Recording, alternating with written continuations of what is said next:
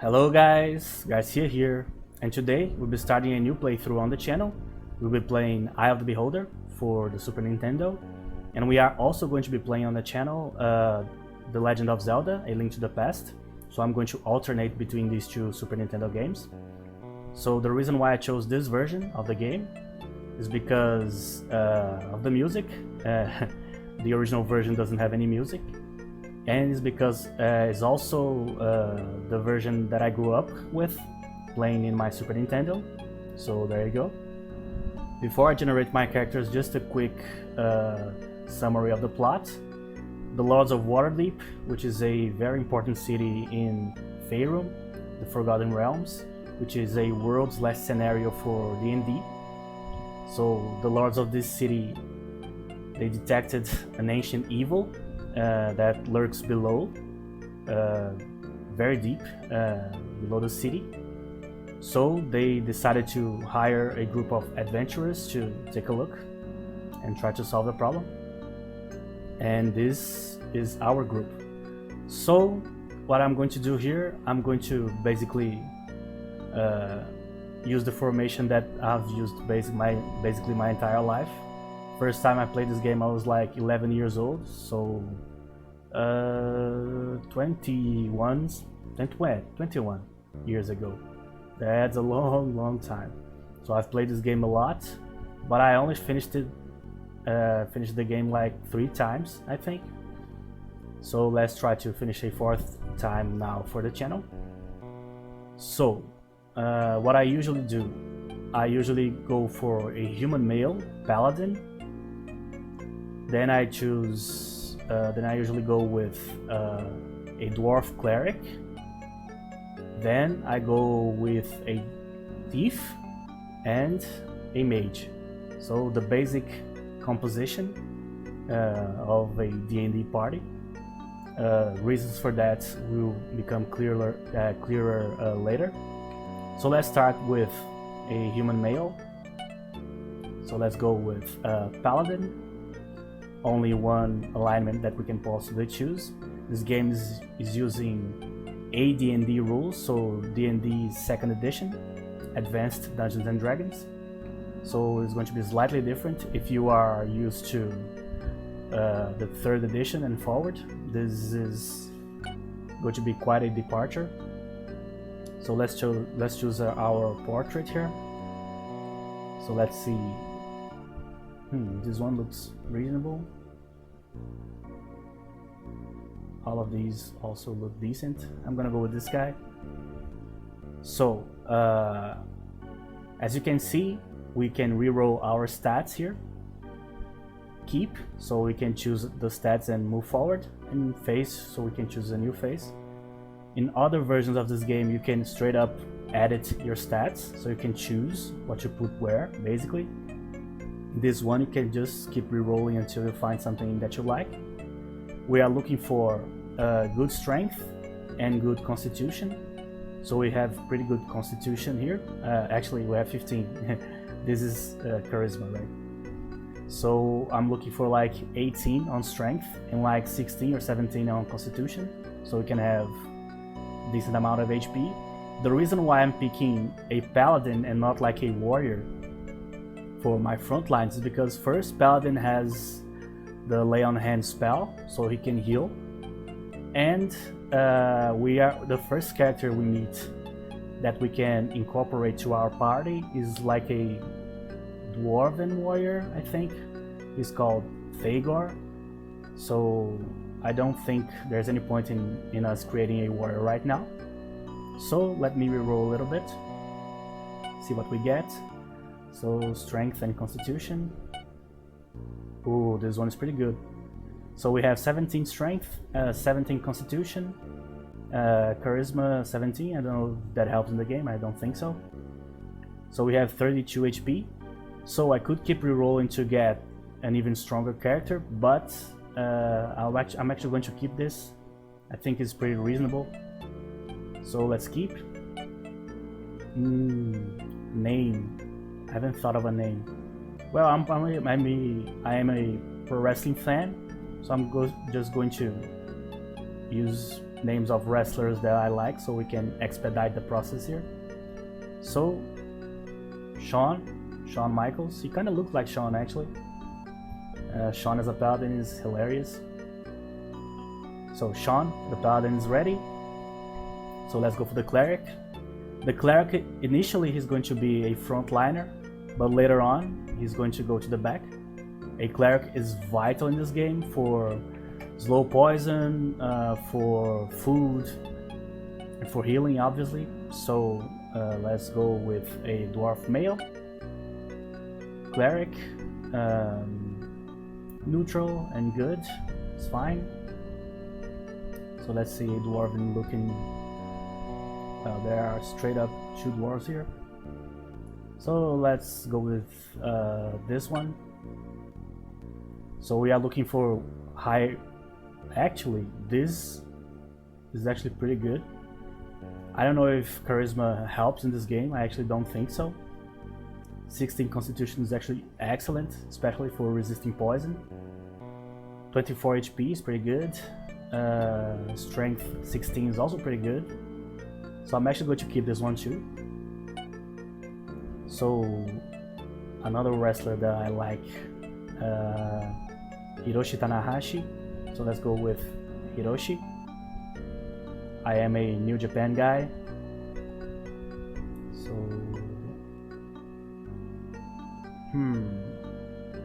High Rush. Alright, whatever. So there you go, paladin and cleric. So now let's go for the mage and the rogue, the thief. So for the thief, I'm gonna go a half-elf female thief. Chaotic and good. As far as I remember in AD&D, males and females have different stats, bonuses and penalties and stuff. But I'm going to go for the RP here, and I'm going to just choose a lady because I want to, not because it's necessarily the best. So this lady looks like a paladin, not necessarily a rogue. This lady's cool. Alright. So we are looking for basically dexterity as high as possible and a good amount of HP. That's it basically. And these are horrible stats, as you can see. I don't like having stats incredibly low, even if it helps other ones. I like to have everything average, even though I know that there's no point to it at all. It doesn't make a whole lot of difference. But I'm not the kind of guy that likes to, you know, pick a barbarian, then you put like charisma 8 and you use the bonus in strength or constitution or something like that. I just don't like it. It's kind of the easy way out. So let's see. Wow. Now these are some stat lines. 16, 18, 17, 15 HP is not bad for a thief actually. But the Constitution 12 might be bad because of the spiders, so let's reroll this a little bit more. As you can see, the dexterity almost never changes, or maybe simply doesn't change. Come on. I think it's in Baldur's Gate that you can keep a roll that you like, right? And you can keep re-rolling, and if you don't find anything that is as good as the one that you kept, you can just straight up use the one that you kept as the base for your character. Oh, first time we got a 17, but the rest is pretty bad. I'm not even looking to the right side right now, I'm just looking to the numbers for the attributes.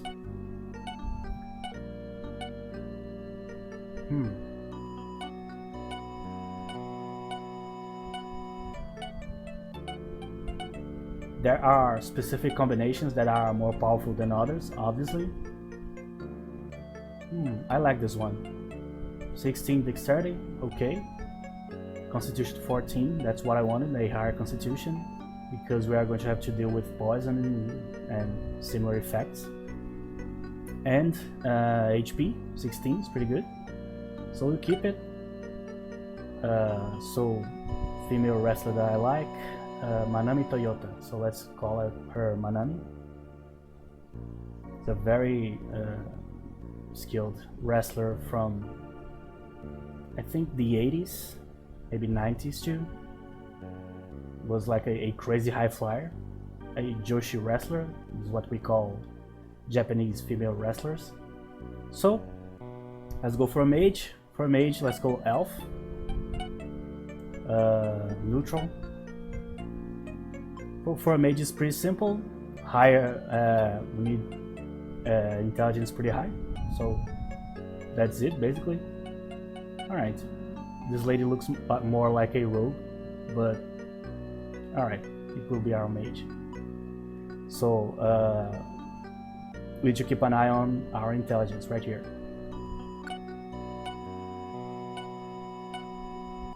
Got an 18, but the rest is bad.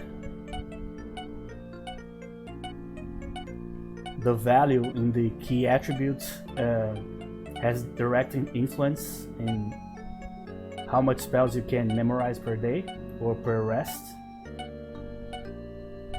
So the higher the better. Come on.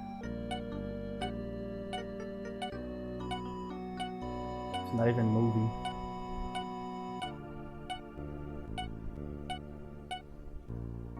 $16, reasonable, not great.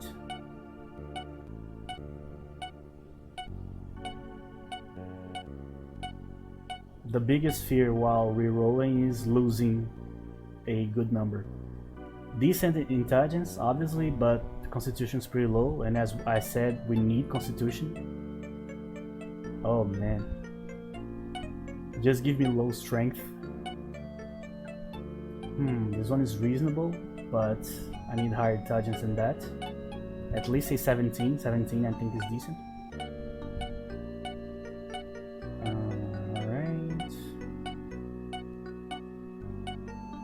A lot of people love doing this kind of stuff, rerolling and stuff, but I absolutely hate it.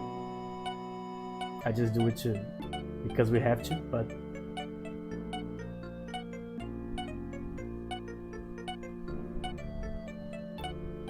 there's Baldur's Gate, there's also Icewind Dale, right? Which are games that you have to roll and choose stats and stuff. In the actual tabletop RPG, I actually like the process. I am a dungeon master, so I like creating NPCs and helping people create their PCs and stuff. But virtually in gaming, I don't like, especially when it's based on D&D.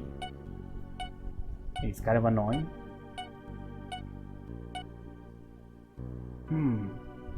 10 constitution, 9 strength, and 18. I think we are not going to get a better deal than this one. 10 constitution, so no penalties, right? I don't even know if that matters in AD&D, to be honest. And 18 in intelligence, I think that's pretty decent. Not amazing, but pretty decent. Amazing would be like 20, but I don't think we can roll 20 here. So I'm going to keep it. So another female wrestler that I like, Hikaru Shida. Hikaru Shida is a wrestler for AEW, All Elite Wrestling. Alright, so Hikaru. There you go, so that's our team. So let's start. So as you can see, these are the sewers. We just started the search for the evil that the Lords of Waterdeep predicted or saw. So we are going to learn the commands here. We are going to get everything that we possibly can from the ground and stuff. So for now she's going to be a thrower. She's going to throw knives and rocks. This is our rogue. Eventually she is going to become an archer, but we don't start with arrows or a bow, so we're going to have to find it down here. Our mage right now has 0 spells because we have to rest for her to memorize spells first.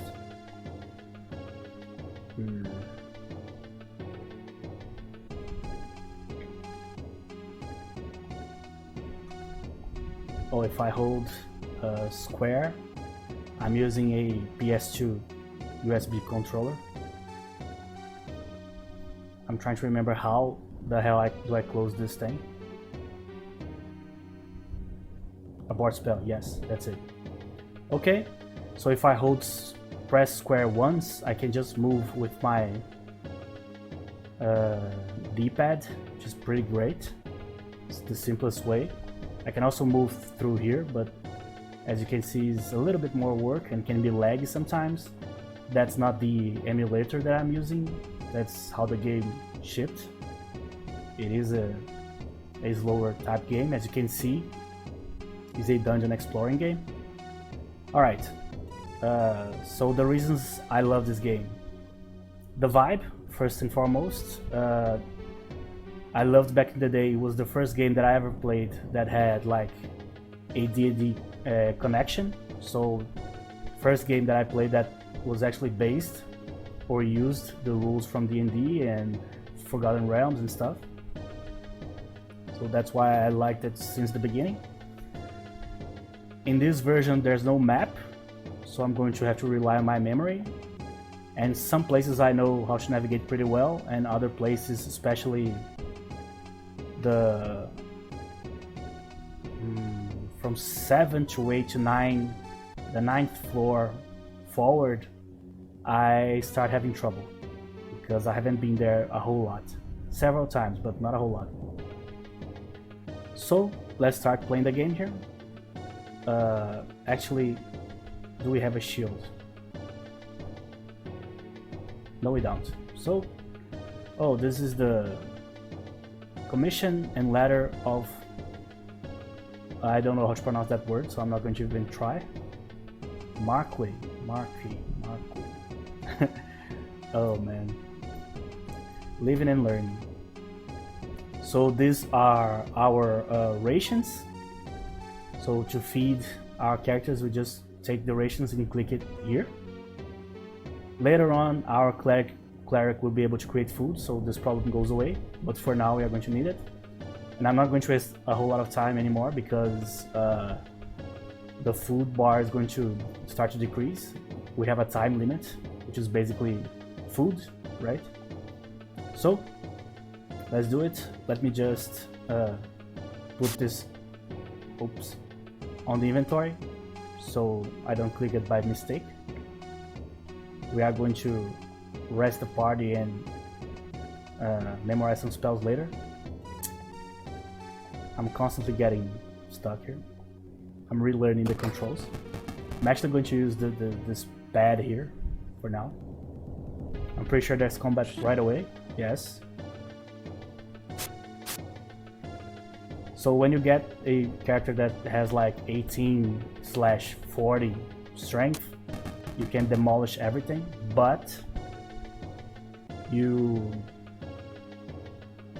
have to keep re-rolling forever until you get it. And as I told you guys, I hate it.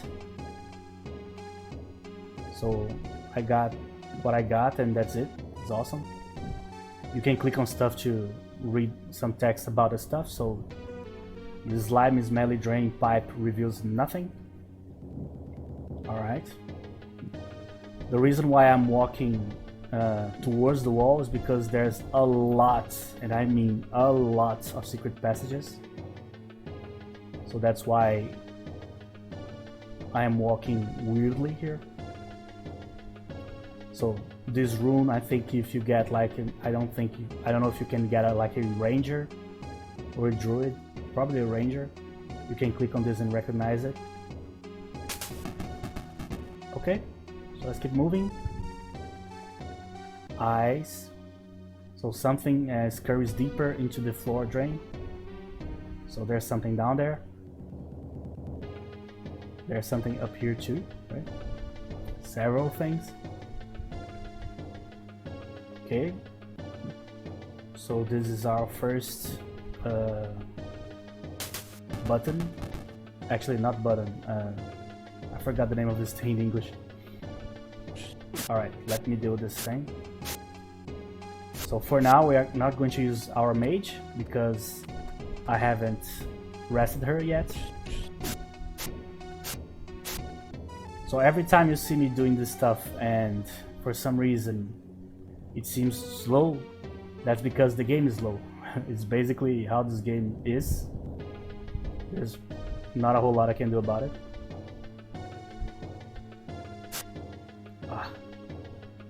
I am getting used to the controls still. So let me put everything back here. Everything that you throw in this game, you have to go and get it and put it back on your inventory. So a lot of people just don't use the throwers, basically just to... Oh, we got a level. Hirosh, that's my cleric. Alright. We can see his profile here. His player sheet, better way to put it. So alright, I'm relearning the controls here. Eventually it's going to be less clunky. So small rations. I actually, first time I played this game, I died a lot because I didn't know how to feed.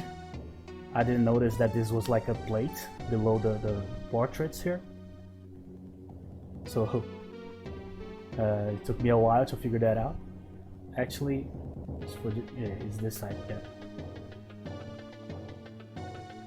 Okay, so we have two ways. There's monster here. Skipped one. So it's basically a turn game, but is also happening in real time.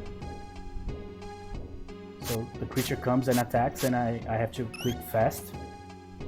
Sometimes I'm not going to use the thrower because as I said, you have to pick it up, right? So every time you see me going following a route and I start to return, it's because I know I don't need to go to that particular place right now. But as I said, I don't remember everything in the game, so... Oops. Oh, damn it. We are being attacked here. When you press square, what happens is you get locked into moving. So I'm getting constantly locked. So I probably am going to use the pad instead of just pressing square and changing into movement mode, so to speak. Alright. So, oh, actually, there's another thing we can change here. Preferences.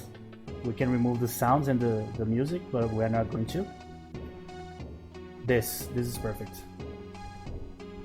The bars are fine, but I will always prefer knowing exactly how much HP we have.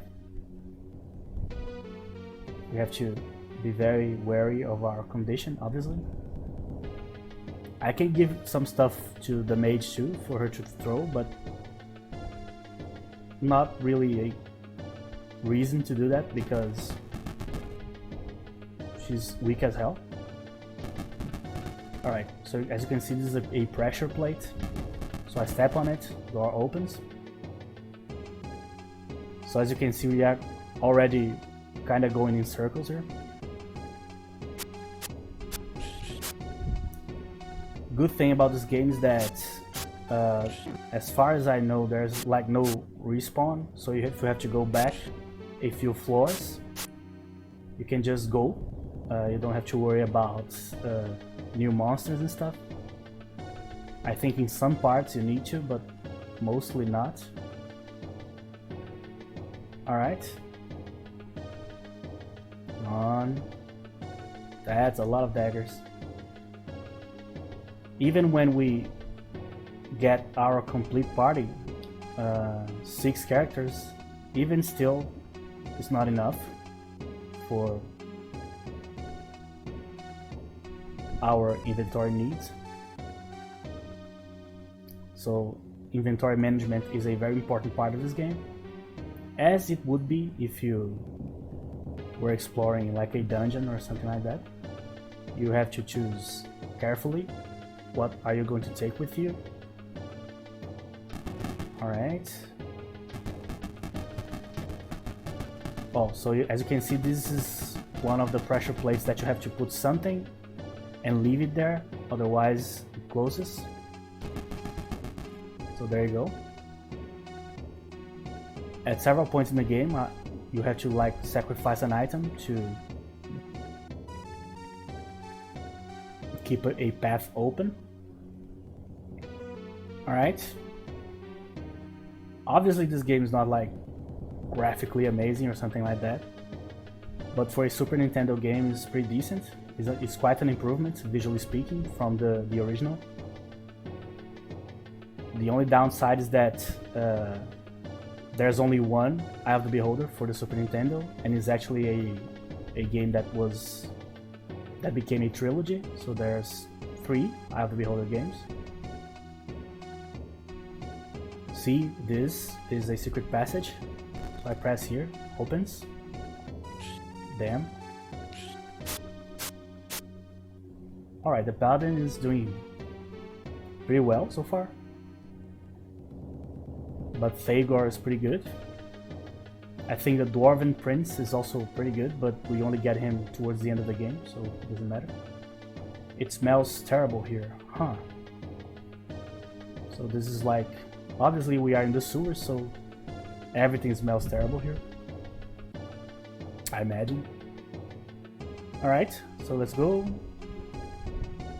I'm also excited to play this and Zelda. Has been a long time since I played that game. That game is amazing. It's really, really good. As you can see, I played Vampire, I'm playing Eye of the Beholder, and I'm also going to play Legend of Zelda. So as you can see, I am an old school gamer. I really do enjoy more the older stuff, like PS2, PS1, and even older stuff like this game. I think this game is from like 88, 89, maybe 90. So it's a pretty old game. This is the type of game that each playthrough can be different, not only by your class choices and stuff, but because you can also choose to do certain side quests or just not. You are not forced to do anything other than reaching certain places. The only thing that you actually need to do in this game, you need to get the runic items, let me call them that. There's a set of magical items that actually teleport you throughout the floors. So the game's going to work basically like this. We are in the first floor, and there's like a couple of more floors in the sewers, and then every floor we go down, we get closer to the villain of the story, obviously the Beholder, right? I don't need to spoil anything, it's in the name of the game. So it's basically a game where we are constantly going down. The only thing we cannot forget to get in several floors is the magic items that teleport you. There's going to be teleporters all over this complex here. Not complex, right? This sequence of floors, let's put it like that. Alright, so we went back to that part. It's the type of stuff that I remember pretty well where I'm going, but you are like, how the hell do you know where you're going? A lot of people don't like these types of games precisely because they can be a pain in the ass to navigate, and I agree.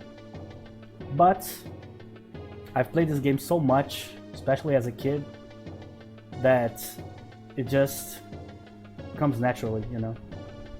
Yeah, I think we are finished with the floor. Maybe there's like a couple of items that were left behind, but nothing too important, I think. The only thing that we really need from the sewers is the magic dagger, which is one of the teleporting items, as I told you. So this one, if we step on it, it's going to close. So I think, if I remember correctly, the idea is we put a rock here to create some pressure. Then we press the button and it stays like that. Yes. See, I remember. It's been a while, but... So the main reason why I always choose a rogue, not only because of the archery, but also because we can avoid using some keys. Rogues can open a few doors, but nothing too crazy. Like you can like progress in the game without using keys, but sometimes you can. So there's 3 doors. This is the second floor. So I don't remember which one is which. I'm going to be completely honest. So I'm going to start with this one. There you go. The lock has been picked. I should have saved here because what happens is you can break your lockpick and you can essentially be without your lockpick forever. So this game is actually difficult. It's not easy. So game options, I'm going to save. Obviously I'm using an emulator, so when I finish this episode I'm going to save on the emulator too, so just to guarantee that we don't lose anything. But other than that, I'm not going to use anything like external to the game, like a map or something. So I'm going to memorize my spells now. So these are the mage spells. So detect magic is actually pretty decent, but we're not going to use it. So let's go for damage. So 2 magic missiles and 1 Melf's acid arrow. I think that's the name of the spell, right? And we are going to pray. So as you can see, we already have 5 from the first circle, I think it's called, right? Protect evil is good in certain spots, but for now, and power is also decent, but cure is just perfect, right? Slow poison we don't need right now. Hold person right now doesn't help. Flame blade, I don't think I want that, so aid. And yeah, that's it. So as we level up here, we are going to get better spells. So let's rest, so we can heal and we can get the spells. So as you can see, 36 hours took a while because we had the cleric heal everybody. Alright, so as you can see, the food is already decreasing. So this game is always a race against time, right? Or against resources. Door got stuck. So let's try to force it. There you go. The party forces the door. I remember now, there's these 3 doors, right? Then eventually a path is going to open right here. Only the strong shall pass. After we explore everything, so I think it's correct to explore this one first. Oh, our first undead. This dude's hit like a truck. Oh, I put the key on her pockets. Wasn't that a good idea?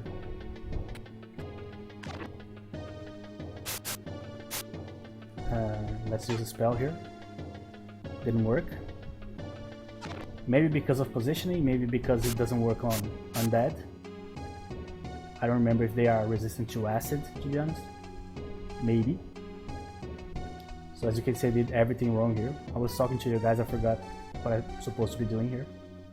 I have to refill the pockets so she can keep throwing for a while.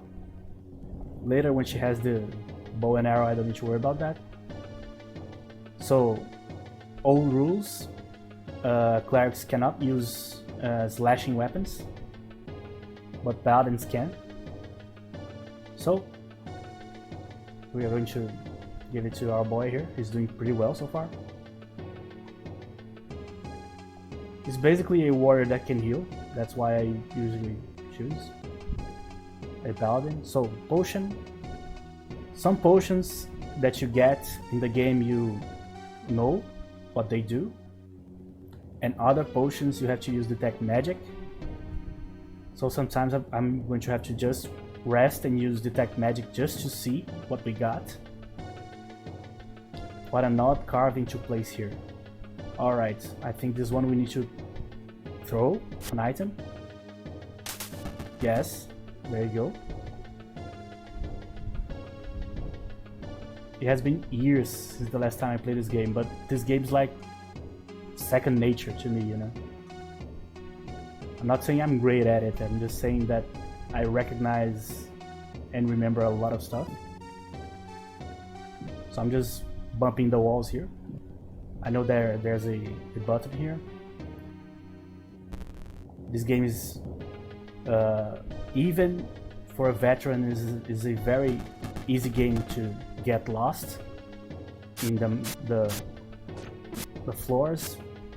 Not necessarily here, but next floor is already more complicated than this one. The floors with the dark elves are the most complicated to me, to be honest.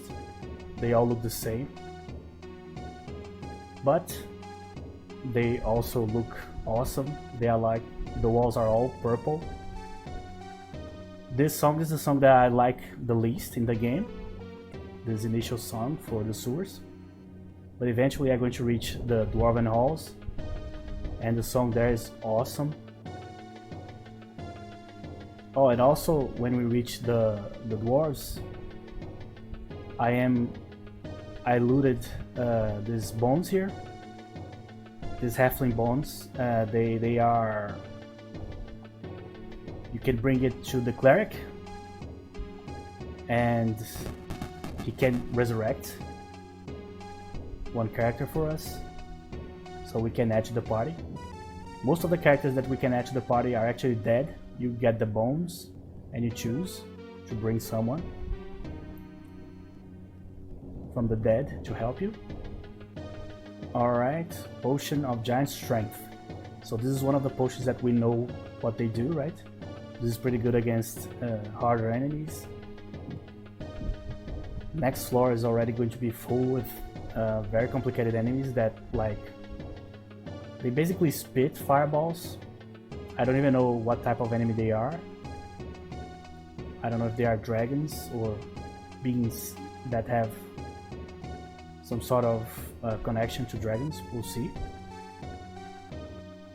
So, I'm actually going to finish the first episode here, guys, because I don't remember that well what's behind these doors. So that means that it can take forever, and this video is already pretty long.